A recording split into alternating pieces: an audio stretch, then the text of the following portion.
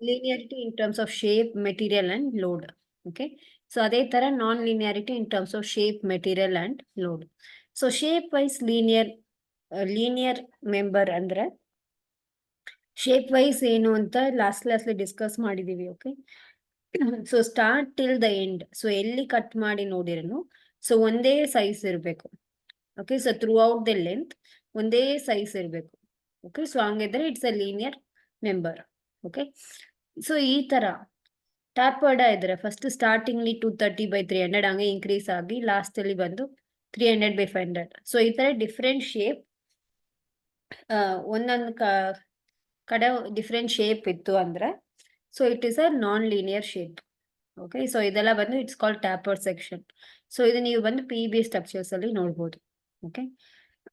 Next linear in terms of material wise, material linearity, material non linearity. Material wise linear ಅಂದ್ರೆ for example ಇದೊಂದು beam.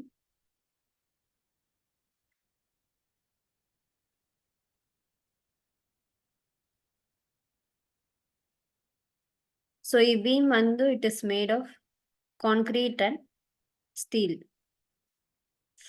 So ಇದು ಬಂದು ಒಂದು composite section.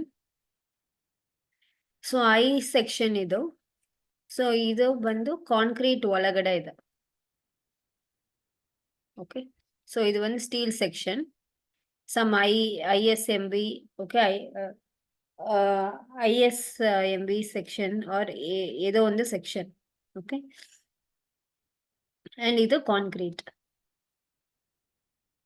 For example M20 grade. Okay. So ಇವಾಗ ಇದು ಬಂದು composite section, but still ಇದು ಬಂದು ಲೀನಿಯರ್ ಸೆಕ್ಷನ್. ಸೊ ಹೆಂಗಂದ್ರೆ 2 ಡಿಫ್ರೆಂಟ್ ಮೆಟೀರಿಯಲ್ಸ್ ಇದೆ, but still it is a linear member. Okay. So ಯಾಕಂದ್ರೆ so start till end so ಎಲ್ಲಿ cut ಮಾಡಿ ನೋಡಿರನು so concrete M20 grade concrete and ISMB steel section ಇರುತ್ತೆ. Okay. So ಅದರಿಂದ it is a linear. Okay. So first starting ಅಲ್ಲಿ ಬರೀ concrete, next end ಅಲ್ಲಿ next half ಅಲ್ಲಿ ಬಂದು ಸ್ಟೀಲ್ ಅಂಡ್ ಕಾಂಕ್ರೀಟ್ ಎರಡು ಇತ್ತು ಅಂದ್ರೆ it's a non linear. Start till the end through out ಒಂದೇ ಮೆಟೀರಿಯಲ್ ಇದೆ. ಓಕೆ. ಸೊ ಅದರಿಂದ it is a linear member. So for example ಇವಾಗ ಸೊ ಅಂಡ್ ಒಂದೇ ಮೆಂಬರ್ ಬಗ್ಗೆನೆ ಮಾತಾಡ್ತಾರೆ. ಇವಾಗ ಒಂದು ಸ್ಟ್ರಕ್ಚರ್ ಅಲ್ಲಿ ಈ ತರ ಇದೆ. ಸೊ ಇದು beam 1, beam 2, beam 3. Okay. So ಈ beam 1 ಬಂದು it is M20 material, beam 2 M25 material, beam 3 M30 material ಇದ್ರನು ಇಟ್ಸ್ ಅ ಲೀನಿಯರ್. ಸೊ ಯಾಕಂದ್ರೆ ಒಂದು ಮೆಂಬರ್ ಬಗ್ಗೆ ನಾವು ಮಾತಾಡ್ತಾ ಇದೀವಿ. Okay. So beam 1 throughout start till the end M20 ಇರುತ್ತೆ. Okay. So beam 2 start till the end M25 ಇರುತ್ತೆ. Okay. So ಇದೇ ಮೆಂಬರ್ ಅಲ್ಲಿ beam 1 ಅಲ್ಲಿ ಹಾಫ್ ಆಫ್ ದ ಮೆಂಬರ್ ಬಂದು M20, another half of the member ಬಂದು M25 ಇದ್ರೆ it is a non linear. But generally ಈ ತರ ಹಾಫ್ ಮೆಂಬರ್ ಒಂದು ಗ್ರೇಡ್, ಹಾಫ್ ಮೆಂಬರ್ ಇನ್ನೊಂದು ಗ್ರೇಡ್ ಅಲ್ಲಿ ಮಾಡಲ್ಲ. ಓಕೆ. ಈ ತರ ಎಲ್ಲ ನಾವು ಮಾಡೋದಿಲ್ಲ. ಓಕೆ. ಸೊ ಈ ತರ ಮೆಟೀರಿಯಲ್ ನಾನ್ ಲೀನಿಯಾರಿಟಿ ಕೇಸಸ್ ನಮ್ ಸಬ್ಜೆಕ್ಟ್ ಅಲ್ಲಿ ಅಷ್ಟು ನಾವು ಡೀಲ್ ಮಾಡಲ್ಲ. ಓಕೆ. ಸ್ಟ್ರಕ್ಚರಲ್ ಇಂಜಿನಿಯರಿಂಗ್ ಸರಿ, civil engineering. Okay. Material non linearity cases ಬಂದು ಅಷ್ಟು ಇಲ್ಲ. Okay. It's always material linear ಅವೇ ನಾವು ಡೀಲ್ ಮಾಡೋದು. ಈ ತರ material non linearity cases mechanical engineers ತುಂಬಾ ಡೀಲ್ ಮಾಡಾರೆ. ಓಕೆ.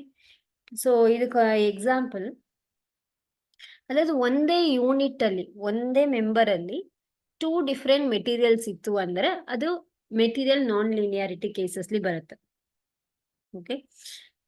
ಈಗ ಮೆಕ್ಯಾನಿಕಲ್ ಇಂಜಿನಿಯರಿಂಗ್ ಒಂದು ಎಕ್ಸಾಂಪಲ್, ಒಂದು ಮೋಟಾರ್ ತಗೋಬಹುದು. ಸೊ ಈ ಮೋಟಾರ್ ಒಳಗಡೆ ಶಾಫ್ಟ್ ಇರುತ್ತೆ. ಓಕೆ. ಸೊ ಈ ಮೋಟಾರ್ ಬಂದು ಒಂದು ಮೆಟೀರಿಯಲ್ ಇರ್ಬೋದು. ಸೊ ಫಾರ್ ಎಕ್ಸಾಂಪಲ್ ಮೋಟಾರ್ ಬಂದು ಸ್ಟೇನ್ಲೆಸ್ ಸ್ಟೀಲ್. ಓಕೆ. ಶಾಫ್ಟ್ ಬಂದು ಇದು ಬಂದು ಶಾಫ್ಟ್. ಶಾಫ್ಟ್ ಬಂದು ಮೋಟಾರ್ ಒಳಗಡೆ ಇರೋದು. Okay, so motor and shaft ಬಂದು ಒಂದೇ ಯೂನಿಟ್. ಸೊ ಶಾಫ್ಟ್ ಬಂದು ಬೇರೆ ಎಲಿಮೆಂಟ್ ಇರ್ಬೋದು, ಮೆಟೀರಿಯಲ್ ಅಲಾಯ್. ಸೊ ಇದು ಬೇರೆ ಸ್ಟೈನ್ಲೆಸ್ ಸ್ಟೀಲ್ ಮೆಟೀರಿಯಲ್, ಇದು ಅಲಾಯ್ ಮೆಟೀರಿಯಲ್. ಸೊ ಒಂದೇ ಯೂನಿಟ್ ಅಲ್ಲಿ 2 ಡಿಫರೆಂಟ್ ಮೆಟೀರಿಯಲ್ಸ್ ಇದೆ. ಸೊ ಇದು material wise non linear. Okay, so ಇದು ಜಸ್ಟ್ ಒಂದು ಎಕ್ಸಾಂಪಲ್. ಓಕೆ, ಸೊ ಈ ತರ material non linearity mechanical engineers deal ಮಾಡೋಣ, ನಮ್ಮ ಸಬ್ಜೆಕ್ಟ್ ಅಲ್ಲಿ ಅಷ್ಟಿಲ್ಲ. Okay, next load wise linear and non linear. So linear load, so linear ನ ಎತ್ತರಿಂದ it is called static loading. Next ಬಂದು ನಾನ್ ಲೀನಿಯರ್ ಲೋಡ್. ಸೊ ನಾನ್ linear load ಎಂಬುದು dynamic loading.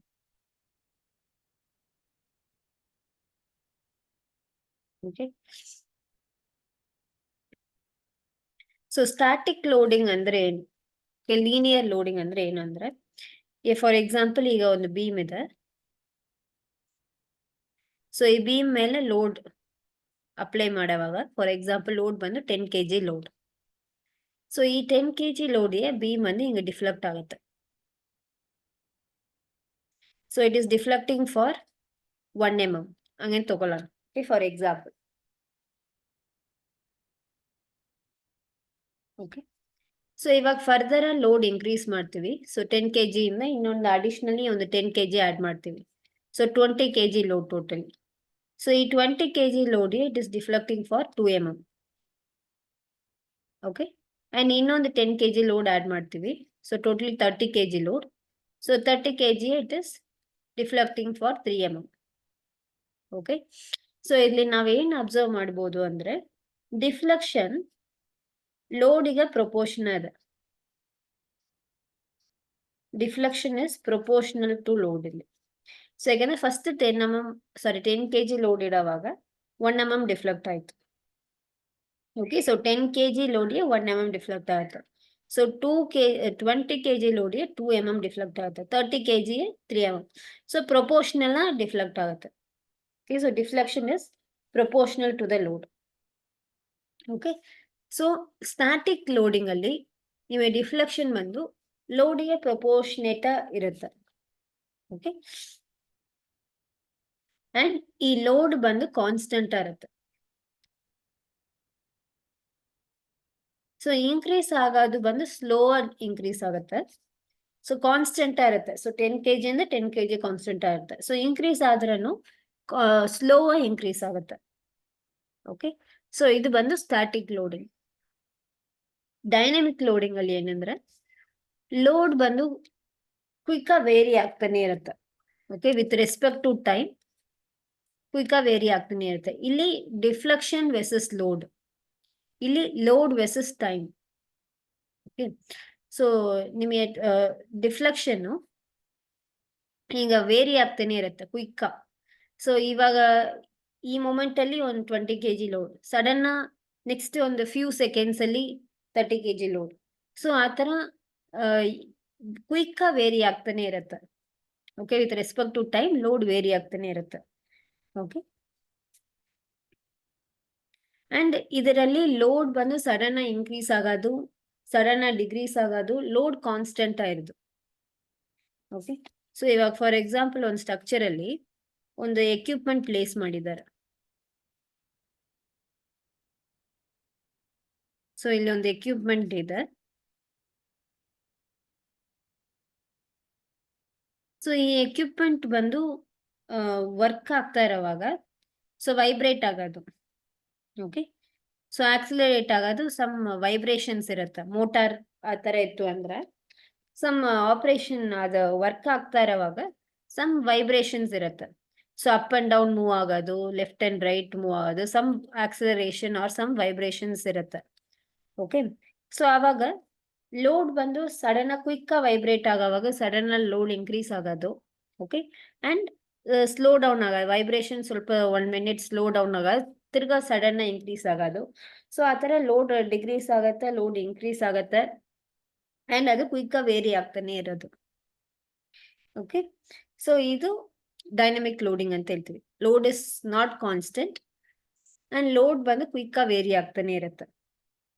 So ಇಲ್ಲಿ load ಬಂದು ಡಿಫ್ಲೆಕ್ಷನ್ ಬಂದು ಲೋಡಿಗೆ proportional ಬರೋದು.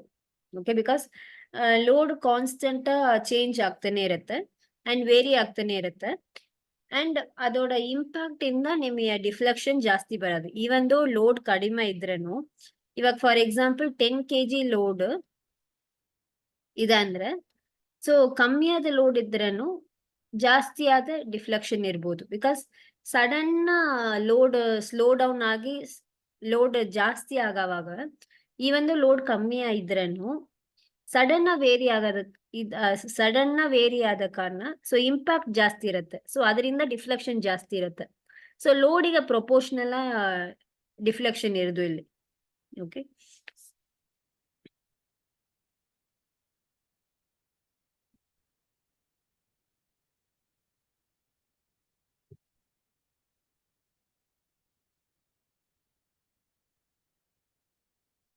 Okay. So analysis ಅಲ್ಲಿ ಎಲ್ಲ ನೋಡಾಯ್ತು.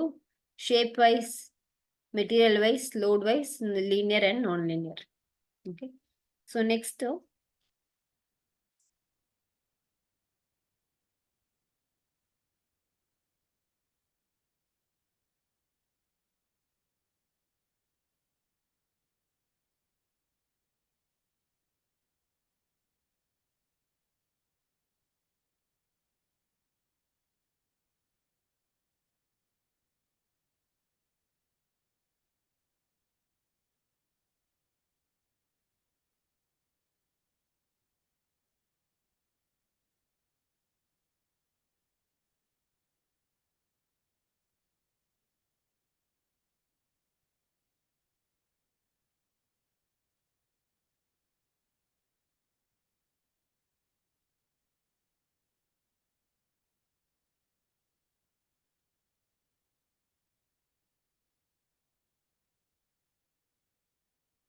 Next major axis and minor axis in member.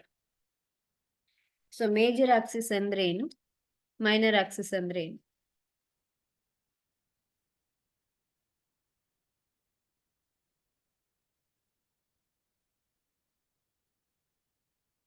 So major and minor axis ಎಂಬುದು just ಒಂದು ಇಮ್ಯಾಜಿನರಿ ಆಕ್ಸಿಸ್ ನಮ್ಮ ರೆಫರೆನ್ಸಿಗೋಸ್ಕರ.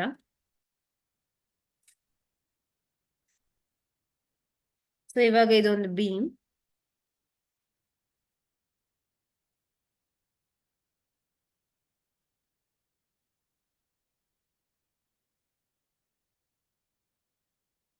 ಸೊ ಬೀಮ್ ಡೈಮೆನ್ಷನ್ ಜಸ್ಟ್ ಒಂದು ಎಕ್ಸಾಂಪಲ್ ತಗೋತೀನಿ.